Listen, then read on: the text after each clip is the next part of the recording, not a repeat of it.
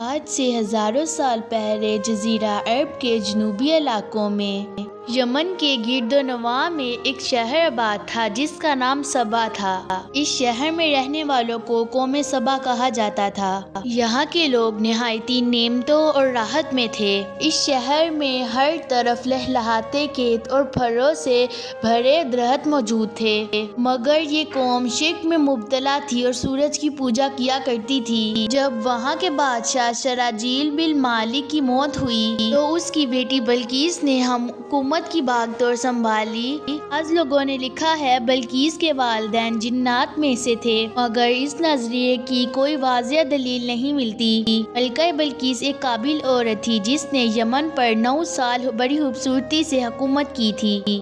دنیا کے بیشتر علاقوں میں جو تجارت ہوتی تھی وہ سب بھائیوں کے ہاتھ میں تھی۔ یہی وجہ تھی کہ یہ قوم نہایتی دولت مند تھی، لیکن یہ وہ زمانہ تھا جب مشرق سے مغرب تک ایک عظیم مہم بادشاہ تک طاقتور حکومت اور جلال و جلال کا ڈنکا بجتا تھا، جسے تاریخ میں سلیمان ابن داؤد کے نام سے جانا جاتا ہے۔ مگر حضرت سلیمان علیہ السلام کی حکومت دنیا کے بیشتر علاقوں میں سے تھی۔ اس کا دارالخلافہ یرشمل شہر تھا۔ آپ کو جنات، جانور اور چرند پرند پر حکمرانی دی گئی تھی۔ ایک دفعہ کا واقعہ ہے کہ حضرت سلیمان علیہ السلام نے دربار لگایا جس میں جنات، چرند پرند، جانور سب حاضر ہوئے، مگر ان کا چہیتا پرندہ ہدہد غائب تھا۔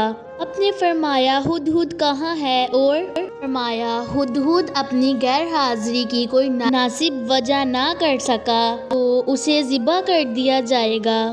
ابھی یہ گفتگو ہو ہی رہی تھی کہ ہدہد حاضر ہو گیا۔ پوچھا گیا کہ تم کہاں تھے تو ہدہد نے نہایت احترام سے جواب دیا، اے اللہ کے پیغمبر، میں اڑتے اڑتے ایسے شہر پہنچ گیا جہاں کے لوگ شرک میں مبتلا تھے۔ وہ آگ اور سورج کی پوجا کرتے ہیں۔ ان کی ایک رانی ہے جنہیں وہ بلقیس کے نام سے بلاتے ہیں۔ وہ ایک بہت بڑے تخت پر بیٹھ کر حکومت کرتی ہے۔ اس کے تخت پر قیمتی جواہرات جڑے ہوئے ہیں اور اس کے پاس تمام شاہی سامان آرائش و آسائش کے لیے موجود ہے۔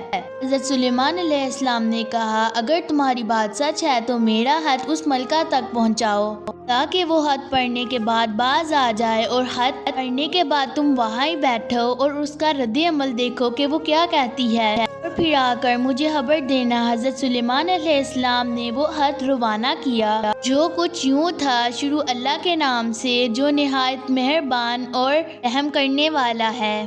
یہ عزت والا خط سلطان ابن داؤد کی طرف سے سبا ملکہ بلقیس کی طرف ہے۔ جو ہدایت کی پیروی کرے اس کے لیے سلامتی ہے۔ مجھ پہ غلبہ اختیار نہ کرو، میرے مقابلے میں سرکشی اختیار نہ کرو، بلکہ فرما بردار اور متقی ہو کے میرے پاس آ جاؤ۔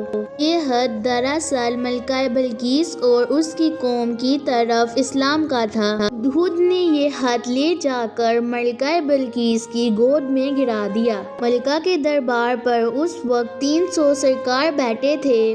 انہوں نے جب یہ خط پڑھا تو طیش میں آ گئے۔ یہ ہماری توہین ہے اور ہمیں اس کا سخت جواب دینا چاہیے۔ مگر ملکہ انتہائی ذہین تھی۔ خط سے پتہ چل رہا ہے یہ کوئی عام شخص کا خط نہیں ہے، خدا کا پیغمبر ہے، لہٰذا ہمیں حکمت سے کام لینا چاہیے۔ اس نے کہا، میں حضرت سلیمان علیہ السلام کی طرف ایک تحفہ بھیجتی ہوں۔ اگر انہوں نے قبول کر لیا تو وہ بادشاہ ہیں، میں ان سے جنگ کروں گی۔ اگر انہوں نے وہ تحفہ قبول نہ کیا تو میں ان کی پیروی کروں گی، کیونکہ وہ نبی ہیں۔ ہدہد یہ ساری گفتگو سن رہا تھا۔ اس نے آ کر حضرت سلیمان علیہ السلام کو ساری بات بتا دی۔ حضرت سلیمان علیہ السلام نے جنات کو حکم دیا کہ شہر میں داخل ہونے والے راستے پر سونے چاندی کی اینٹوں کا فرش بچھا دیا جائے۔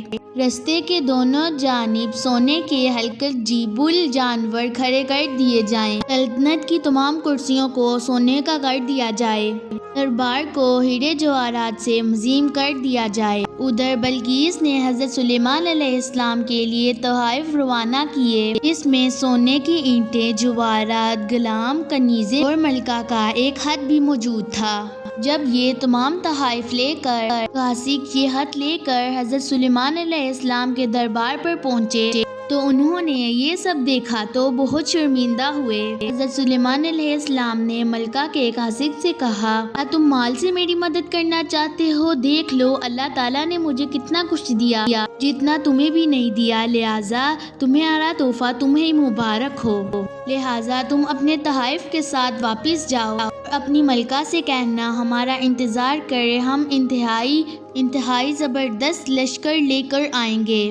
جب یہ خبر ملکہ بلقیس کو ملی تو وہ سمجھ گئی کہ یہ اللہ کے رسول ہیں، لہٰذا ملکہ بلقیس نے جنگ کے بجائے حضرت سلیمان علیہ السلام کے دربار پر جا کر اطاعت کرنے کا فیصلہ کیا۔ جب حضرت سلیمان علیہ السلام تک یہ خبر پہنچی تو آپ نے اپنے درباریوں سے کہا، تم میں سے وہ کون ہے جو ملکہ کے آنے سے پہلے اس کا تخت ادھر لے کر آئے؟ ایک دیو خیبر جن نے کہا، آپ کا دربار بہت ہونے سے پہلے میں وہ تخت لے کر آ جاؤں گا، میں اس کام کی پوری قوت رکھتا ہوں اور امانت دار بھی ہوں۔ پھر ایک اور شخص جس کے پاس کتاب کا علم تھا، اس نے کہا، میں آپ کو پلٹ جھپنے سے پہلے ہی یہ تخت یہاں پر لا دوں گا۔ پھر حضرت سلیمان علیہ السلام نے وہ تخت اپنے پاس رکھا ہوا دیکھا اور وہ پکار اٹھے، یہ میرے پروردگار کا فضل ہے کہ وہ مجھے آزما سکے کہ میں شکر کرتا ہوں یا ناشکری کرتا ہوں۔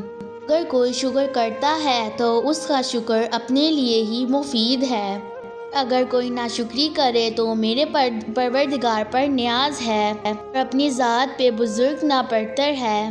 مفسرین کے مطابق وہ شخص حضرت سلیمان علیہ السلام کا دوست تھا جس کا نام آصف ابن بختیہ بتایا جاتا ہے۔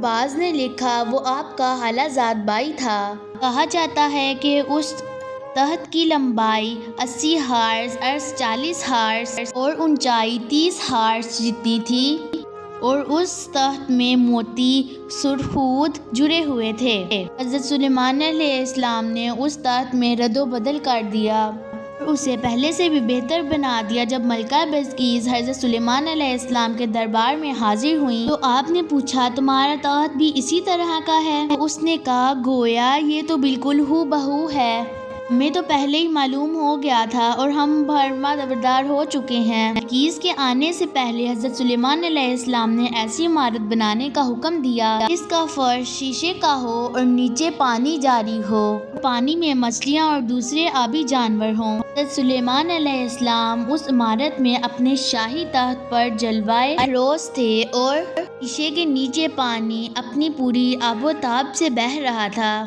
جبکہ اس کے اوپر شیشہ نظر نہیں آتا تھا۔ بلقیس کو اس عمارت میں لایا گیا اور وہ سمجھی یہ پانی کا ایک ہول ہے اور اپنی پنڈیوں سے کپڑا اٹھا لیا۔ حضرت سلیمان علیہ السلام نے کہا، یہ تو شیشے کا ایک چکنا فرش ہے۔ اس پر وہ شرمندہ ہوئی اور پکار اٹھی، اے میرے پروردگار، میں سورج کی پوجا کر کے شرمندہ ہوں اور میں نے حضرت سلیمان علیہ السلام کے ساتھ اللہ رب العالمین کی آیت قبول کر لی ہے۔ لہٰذا بلقیس پر یہ ظاہر ہو گیا جس طرح وہ شیشے کی صحن کو پانی میں لہریں مارنے والا گہرا ہول سمجھ بیٹھی، اسی طرح اس نے اور اس کی قوم نے سورج کی چمک دمک دیکھ کر اسے معبود اور خدا سمجھ بیٹھی۔ اسے اپنی غلطی پر بہت ہی شرمندگی ہوئی۔ بعض محققین نے لکھا، اس واقعہ کے بعد ملکہ بلقیس مسلمان ہو گئی اور حضرت سلیمان علیہ السلام کے نکاح میں آ گئی۔ بعض نے لکھا، آپ نے بلقیس کو یمن واپس بھیج دیا اور اس کے لیے وہاں 3 بڑے محل تعمیر کروائے گئے۔ شکریہ۔